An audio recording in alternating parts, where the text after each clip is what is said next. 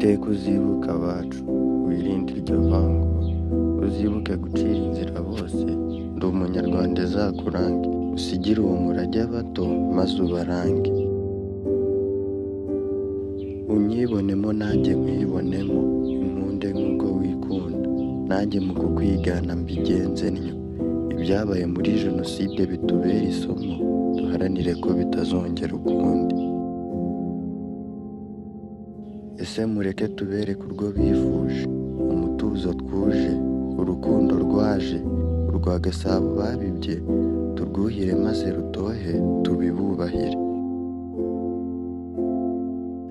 Nitwe mbuto y'urukundo basize, tuzirikane ibyo bazize, imbabazi babuze ziba intwaro kuri twe tuzitwaze, uwo ari we wese wazisabye ntazibure, azihabwe zimutange imbere, Imana izabidushimira.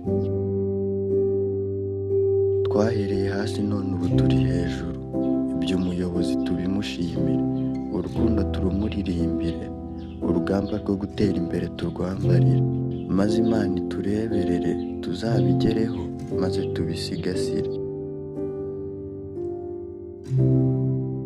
Mu gusigasira amateka ntitumutenguhe tubyibuke, twibuke abacu ibyababayeho tubyigireho, ishyaka ryo gukunda igihugu ribanze hose, ishyari no kwikunda tubite hanze, Banyarwanda mureke tubyirenze.